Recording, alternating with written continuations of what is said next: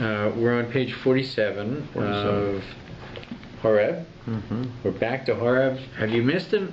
He's here again. It's great. We're on chapter 14, self-sanctification. And I'll read you the portions first from Devarim and then from Vayikra. And now, Israel, what does the Lord thy God require of thee, but to fear the Lord thy God, to walk in all his ways, and to love him, and to serve the Lord your God with all your heart and with all your soul, and to keep for your good the commandments of the Lord, his statutes, which I command you this day. Behold, unto the Lord your God belongs the heaven and the heavens of the heavens, the earth with all therein. Only the Lord had a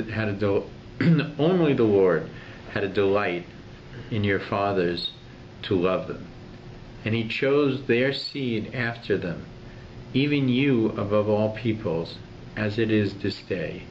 Circumcise therefore the foreskin of your heart, and be no more stiff-necked. Then from Vayikra, for I am the Lord your God, strive therefore for holiness, and you will be holy, for I am holy. And again from Vayikra, sanctify yourself therefore, that you will be holy, for I am the Lord your God. So this is a constant theme in Chumash, and Hirsch is now going to deal with it. The idea of being holy. Right? Holy, by the way, comes from a root that indicates separation. Right? Separation from that which is obviously not holy is the process, right? But it's not simply separation, there's a process, right? Son and daughter of Israel, recognize your mission and what the Lord your God requires of you, and render yourselves fit to fulfill it properly. The fitness lies not in the possession of material means, nor knowledge, nor of skill, but first and foremost in purity of heart, in sincerity of disposition, and in holiness of endeavor. It lies above all in keeping your heart and disposition free from anything which can come between yourself and your mission, and filling them with that wholehearted devotion which your mission requires. One should always know that this may sound tremendously difficult, but because it's a partnership, that if you're making the effort, you can count on your partner, God, doing God's share and helping you in the process. We describe, we've just finished the Yom Noraim, the high holidays, and Yom Kippur is often described as Yom Kippurim, right? That's in plural, right? Because this idea that as your tshuva and your prayers rush heavenwards, right, that God's stream of forgiveness and holiness and putting you in a proper state rushes down towards you, that it's a two-way street in this part. So even though this sounds quite difficult, it really is, you have a partner that can work miracles. That's the good news. And filling them with that wholehearted devotion which your mission requires. See, my friends, it is not sufficient to take up life's task casually and to bring to it, at best, the mere desire to live a good life. You must first bring yourself into a state in which you will be able to live the good life. Otherwise, your wish will remain just a wish, and it will be the first of your wishes, which will cease to be even a wish. So this is also a very fundamental theme of Yiddishkeit, is that we don't hold that simply our thoughts, good thoughts. I'm a good-hearted person. I want good for the world. There are the what I call the Miss America prayers. The world should be a better place. The children should be fed. Disease should end. Right? These are all true things. Mm-hmm. But if your involvement in making them come about is to say, right? Mm-hmm. Well, you may end up with a crown on your head, Miss America, right? But you won't do anything to make them happen. Judaism is not a world of thought. It is a world of action. Right? So we need an understanding of why we do these things, but lest we forget that unless we do them, right, we don't change the world and we don't change ourselves. And it's a must to do it. God's law itself teaches you what it is, the principal requirement. Circumcise the sensuality of your heart. Break the obstinate pride of your nature, and then seek to acquire holiness. Right? That is to say, you know, when you circumcise something, right, you take away its protection and you reveal it. Right? So that to circumcise the heart is to say, whatever the wall, the coldness, the hardness that you have on top of you, right, that has to be taken away. And you have to be a person of genuine feeling, of genuine concern, right, which will lead you to action, right? Don't put up walls. You know, we often talk about, you know, I'm dealing with this person, so I have to create a bit of a wall, you know, in order to survive the process, right? In terms of how you're living your life, in terms of God, circumcise your heart, for sure. You know, open that up. And once you've done that, then kind of artificial things like, you know, the pride of your nature, you know, obstinacy, all those things kind of fall away, because you can only be proud if your heart is circumcised, right? Because what am I dealing with him? Who does she think she is? You know, it's different. Once you've opened your heart up, right, and it's something that maybe, you know, none of us do perfectly, but we should be consciously trying to do that. You have already recognized the taiva and gaiva. So remember, how do we define taiva and gaiva? Pride. Right? Lust and pride. Very good.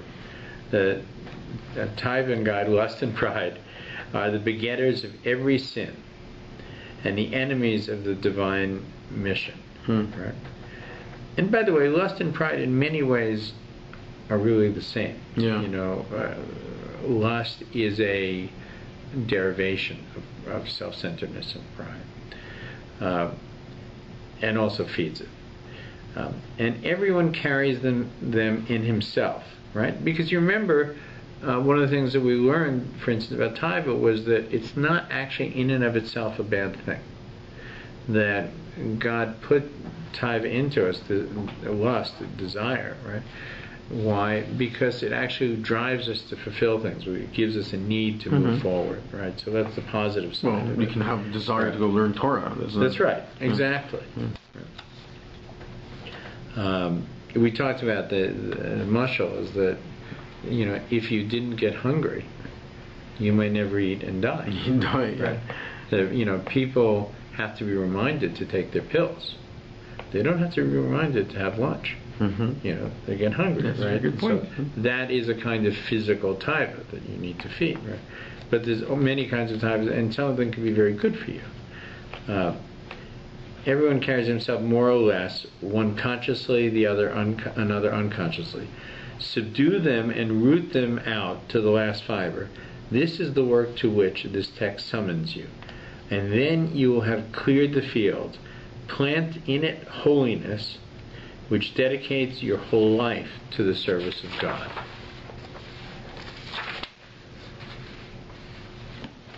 The first requisite of this is self-knowledge. You must know yourself, your heart and disposition. Find out without any self-deception, this is not so easy, how much lust and pride are lodged in it, and where and how they chiefly show themselves. No corner of yourself should remain strange to you. Then resolve unshakably to free yourself from these deadly enemies. Keep a close watch on yourself.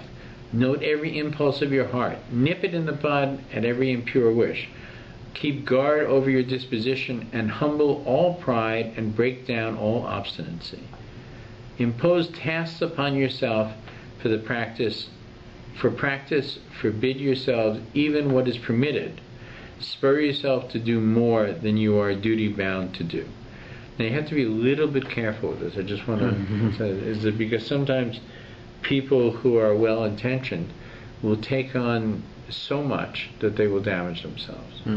So what he's saying is that if you think that you can run half a mile, it doesn't mean that you should determine now I'm going to run a marathon. It means you should run 3/4 of a mile.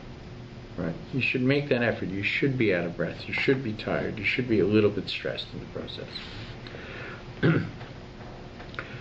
This will make it easy for you to avoid what is forbidden and to perform your duty. Because we know one of the things is that free time is a void. It's a void in time. There is no such thing as free time. And that void is often filled by tumah, by negativity. This will make it easy for you to avoid what is forbidden and to perform your duty. So what does it mean that, prohibit from yourself even that which is forbidden? I'll give you an example, right? So we're forbidden to eat food that's not kosher. We're permitted to eat food that's kosher, right? Does that mean anything that's kosher a person should eat? Well, you know that if you eat too much of the wrong foods, kosher foods, you'll become very ill. Sure. Right. So, Rambam suggests that you should leave. Rambam suggests that you should leave the table with a little bit of hunger, right? And that you should not finish. Every mother said, "There's starving children in that country. Clean your plate," right?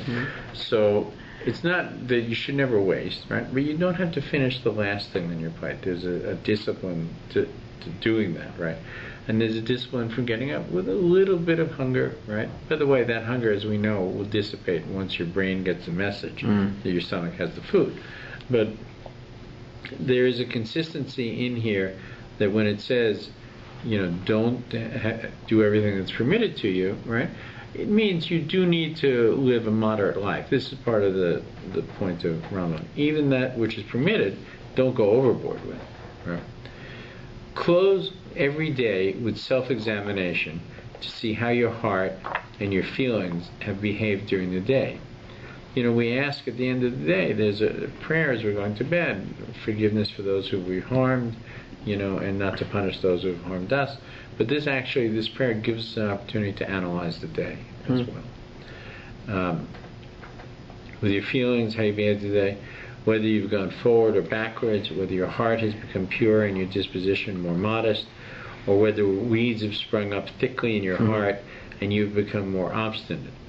Be your own clear-sighted, strict, and incorruptible judge. Do not pardon or excuse yourselves anything, and renew each day the resolve that tomorrow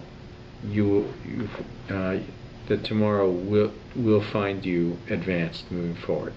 So it's a very interesting thing because since we've just come out of Yom Kippur, and I mentioned it earlier, one of the things that people spend a great deal of time on during Elul and Tishrei leading up to Yom Kippur is this idea of self-examination. And, I told a story about the Chofetz Chaim that he would literally go through every minute of his year, examining it. And one second when he couldn't remember what happened, it was for an hour during a certain day, he, was very, very upset with himself, and gave himself verbal musar from Yisrael Meir. How could you do this? What could happen in that hour? Could destroy the world, could destroy your soul. How could you let it go? Right? So, and we sit there and say, gee, without a diary, without a computer to check what the meetings were, how would he know it? So, this is actually the system. There is a system to it. that if every night before you go to bed you review your day, and if every day, say Erev Shabbos, right, you review your week, those 6 nights that you've just examined, right, and every Rosh Chodesh you review the Shabbos, the months that's gone by, right, by the time you get to the end of the year, you have a pretty good handle on how your year has gone. So this is a system that, again, Rav Hirsch is not just talking about it's good to live a good life and self-examine. He's saying this is how to do it. He's giving us a formula. Let everyone see his own reflection in the Torah and learn from it what he should have been and how he should have acted, with his capacities and with his resources and powers, in this and that environment, in this and that place and time. This holy pattern should ever float before your eyes. It should be the goal of his wishes and endeavors. It should be the model with which the actual life he has lived during the day should ever be compared. Anything which in the light of that model, the model of Torah, of Midos, right, is seen to be essential and impure excess in his heart, should be repressed and eliminated. Anything which cannot be fitted into the shape of this model must be destroyed, must be broken. What you have already attained must not be counted by you as nothing, as merely a guarantee that you can become more. Let the holy model in which you see yourself entice you ever forward. So he's saying you're creating a model, you have Torah, you have mitzvahs, you have halakha, right? Analyze your behavior in that frame. Make that your model. And when you see, and we all see it at different times, that our urges, or even worse, our desires and our activities go beyond those boundaries, right? Face them head on and come to a conclusion about how will I prevent that in the future. Right? It's a very important process. This is in many ways the essence of Musar that Rav Hirsch is teaching us. Right? And by the way, what chapters did he put this in? He doesn't put this in a chapter in reproof. He puts this in a chapter of self-sanctification. You're taking yourself to the dry cleaner. Yeah. You get rid of the bad. We hold that the mitzvahs we do are internalized and become part of us. But Baruch Hashem, the averas that we do are a stain on our clothes, the clothes of our soul, which we can take off. Before I was married, I would get a stain on some part of my clothing, and I would rush off to the washroom and get some cold water and try and get it out. Right? But my wife taught me a different way to do it. She said, if you get a little bit of soup somewhere, right, when it dries, you take the same fabric and rub it well, right, and it comes off, disappears. It's quite a remarkable thing. It works. 90% of the time it works. 10% of the time you're rubbing the stain in. But 90% of the time, if you know what you're doing, it works, right? This is actually what we're talking about here, is that for a person, who, is coming to this class interested in Rav Hirsch, you're not so far out that you can't understand this. And what he's saying is, whatever it is that you did or you're doing that is inappropriate, right? Examine it, work on it, circumcise, right? Cut it out and analyze it, get rid of it. That is not part of you. It's something that's laying on top of you. It's not part of you. When luchos are covered with sand, right? You can't see any writing on them. It doesn't mean there's not writing on them. If you take a dust broom and dust off the sand, suddenly the engraving is there. That which Hashem gives us at birth, the mitzvahs that He gives us, the mitzvahs we do, are engraved. Those averas that we do are not engraved. They are things that can be cleaned off. They can be rubbed and cleaned off through our actions. And that's what he's saying. 110. The living with oneself, this cultivation of the inner self, must begin when one is yet a boy or a girl, when the weeds are still young and the neck is only beginning to grow stiff, and it must end only with death. He who does not from an early age exercise himself in this inner intercourse with himself, with God alone, which God alone beholds, becomes a prey to the inner distraction. He goes through life from the cradle to the grave without attaining life. Well, you remember in the story of Cain, it says that sin crouches at the door. Right? So we know that for the Jose B'Tshuva, for the ger, right, for the person who's involved in conversion, right, these things are very, very hard to do. They're not easy to do because we're not trained to it. We haven't learned to do it. It's not been part of our life, right? Not that the person who's born into an observant household doesn't have his challenges. He has his challenges too. And what he says is, pray to the inner distraction. He goes through life from cradle to grave without attaining life. Baruch Hashem, the person who is Hosei B'Tshuva, the person who's a ger, does gain life in the process, and we all know this feeling. We'll read one more paragraph, and then maybe. It's quite a bit to go to the end, so maybe we'll just stop with one more. We'll read 111 and then we'll stop. And then we'll go. Actually, 111 finishes literally in that one last one. Next one is hatred. Oh, okay. Well, let's see. Okay, maybe how we do. Yeah, we can. Because number 15 is hatred. That's the next one. So you say it is difficult. Yes, certainly it is difficult, but just as the door stands wide open to him who runs after impurity, so God himself helps him, this is what we talked about earlier, who makes purity his aim. Only make up your mind to strive earnestly for holiness, and you will become holy. For I, the Lord, am your God, so our text proclaims. In order that you may have your daily bread and not die physically, you equip yourselves diligently and early with knowledge and skill. But when it's a question of ensuring that which all this physical life you may not be dead to your true vocation in life, dead to your true life in the spirit and the practice of Judaism, dead to your God. When it comes to this, you speak of difficulties and labor. It's not your duty to promote and guard the well-being of every creature whom God placed in your circle. Very well then, begin this welfare work with your own inner self. There's a bit of irony to this, right? Because he's telling us two very important factors. First of all, everybody seems prepared to, get up and work like a dog in order to better their lives, make a living, pay the rent, pay the mortgage, take care of the electricity and the heat, try and improve their lives, get a decent car, right?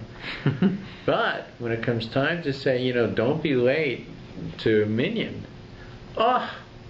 it's so difficult. It's so hard to do, or, I have to learn this part. I can't, the most difficult, complex task a person has, they sit down and they start to do it, right? We think this is volunteer work, and maybe we'll do it, maybe we'll do it. It's not volunteer work.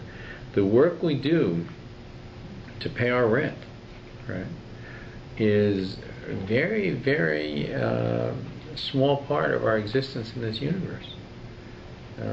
So to ignore the real rent is a very dangerous decision for a person to make. Be fooled, and to think that the house that's about to fall down is where you're going to spend, the next 6,000 years. It's poor judgment, right? And he also makes the point here is, you don't have to, right now, fix the guy next to you, right? He could, be more observant. He could, she could wear longer sleeves. I saw the hair on that person. What kind of hat are they wearing? God places in your... Very well then, begin this welfare work with your own inner self. Right?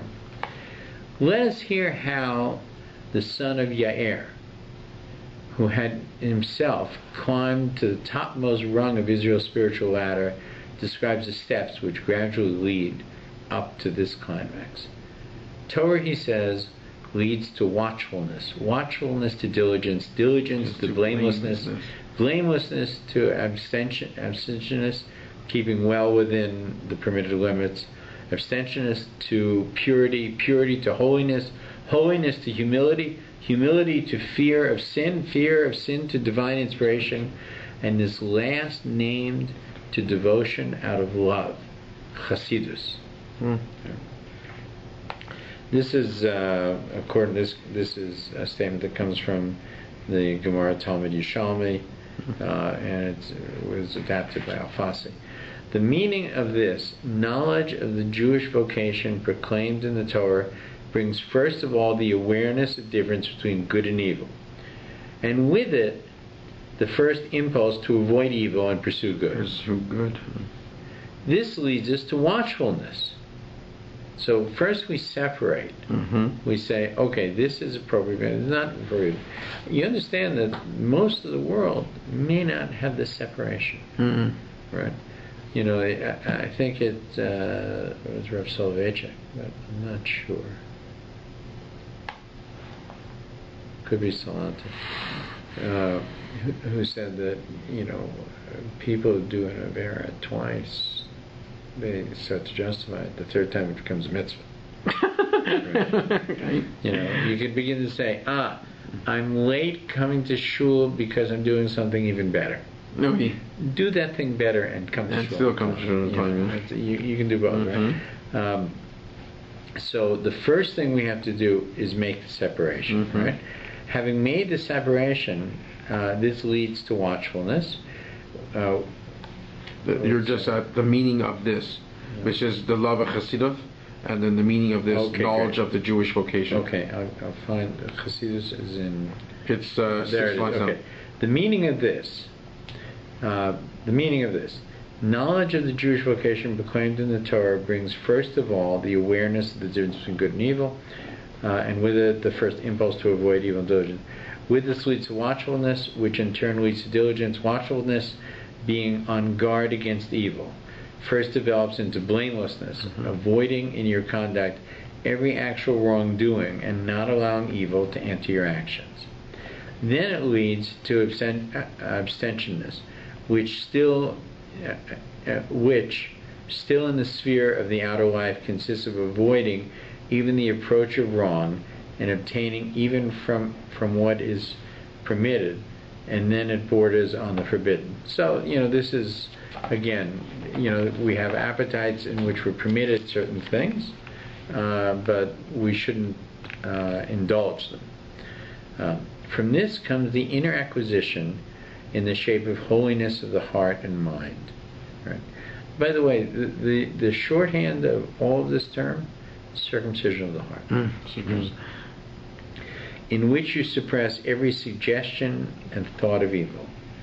Then holiness, in which all forbidden desires are extinguished.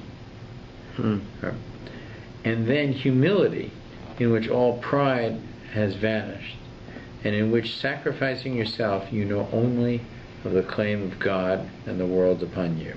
I can make a comment on that, which is really nice, and that is Moses, because he's a man of humility. That's it's interesting that he puts humility above holiness. That's right. And he said that there's the sacrificing yourself, and you know only the claim of God. That was Moses always about. He sacrificed. Don't suffer not for the people. He's not interested in himself. It's always someone else. That's right. And by the way, we should. You know, humility. We talked about it before. Actually, Rav Hirsch talks about it as a foundational principle. Is that humility doesn't simply mean I'm worthless, right? That's lack of self-esteem. Yeah. Humility means the recognition that everything I have comes from the Almighty, that everything I have is a gift, right? And I should remember that, and that perhaps if somebody had all the gifts that I have, they might even do more, right? This was actually Moshe Rabbeinu's humility. He wasn't a person who had no self-esteem. He was a king. He's a king, yeah. He was a king. He was a high priest, he had lived an incredible life. He's a prince of Egypt. He had all those things that went on. Every honor that he earned and that he had legitimately. Yet he's called humble, right? What was the nature of his humility? It was a recognition of the source of this success, really. That it wasn't me. It was something beyond, right? You then acquire strength in the fear of sin, which rises above all thought of yourself. You fear only sin. You become inspired, having reached a pinnacle where you understand life and its goal, survey every moment separately, illumined by God, lit by God, discern what is good and salutary in it. Through this strength and this spirit, you become a chassid, a righteous person, a man who, being nothing for himself, is everything for others and lives only for the welfare of the world around him. Special person. Right. And by the way, in so doing, you become a fulfilled person. This person he's describing is not some kind of like miserable person who gives up everything for everybody. He's actually a tremendously joyous person. We know the very famous story of Reb Zusha, that a person came to Rabbi Melech and said, I'm depressed, I have hardship. How should I cope with the tsuris in my life? Rabbi Melech said, if you have tsuris, you want to know how to cope with it, go visit my brother Zusha. It's not always so good for him. Where is he? He's in Annapolis, you'll find him. So the person tracked to Reb Zusha's house, and indeed, Reb Zusha lived a very hard life. He was married to a woman who was a cruel person. There was a lot of sickness, a lot of poverty. Man, can I speak with you? Your brother really wants to send me to. Please come in. Dust it off. He had to sleep on the benches because he bed was please, have a seat. Let me get you some tea. Don't have any honey. The tea is warm. It was his last tea. The prince sits down, he's looking around. It's just not good. And he said, so what brings you to Annapolis? He said, your brother said that I should come and speak with you because I have a tremendous amount of tsuris in my life. And he listed tsuris, and he said, your brother told me that you know how to cope with tsuris. And suddenly Reb Zusha, who was a very smart man and a very learned man, seemed very confused. And he said, my brother Elimelech sent you to me because I know how to cope with tsuris? I've really never endured any tsuris, so I don't think I can help you. So the man learned the lesson immediately. Right? He said, thank you very much. The lesson was a person can take joy in their life. Right? This person who does everything for others and lives only for the welfare and only for the welfare of the world around him is not an unhappy person. He's not a miserable, starving monk on a hilltop. He's a tremendously fulfilled person. He's a person who has great joy in life. Right? Note here two things. First, how each stage of the internal excellence is attained through self-discipline in the outer life.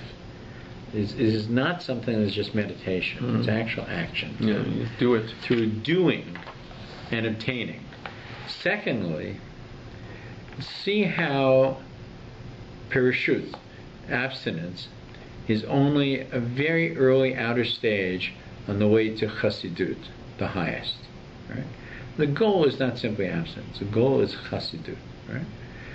Do not therefore abuse the term chassid by applying it to men whom you know who have only abstinence, which, as already observed, even where it is pure, is only a disciple stage on the way to the master's quality of chassidus.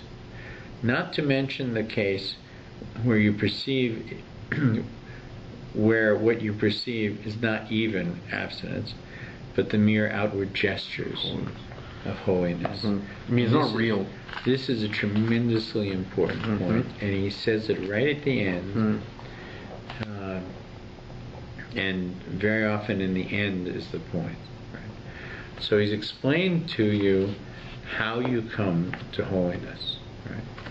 And the points that he makes, and it's key, is you come to holiness through acts of self-discipline, not through thoughts of self-discipline. Right? And do not think that dressing for success is what it's about. You know, long garments, you know, big beards, you know, large Gomorrahs, right? Do not make such a person. Such a person may have all those qualities. You shouldn't think that just because a person looks religious that they're hypocrites. Absolutely not. But do not think that that's what makes a person. And most important, do not think that that's what makes you or me, right? Makes yourself, right? You know, sure, you should wear tzitzit. You should cover your head. Those are all, you know, those are halakhically important things to do. No question about it. We live in a community. We should act accordingly. But know that what makes a person a chassid, right? Not in the sense of part of a Hasidic movement, but in an individual who has these traits that go beyond the law, right? Are acts, right? They're not appearance. Appearance is not part of this at all. It's shedding. By the way, you know, the appearance of a frum person can be a tremendous exercise in ego. Really? Absolutely. Yeah, absolutely. It can be a tremendous exercise in ego.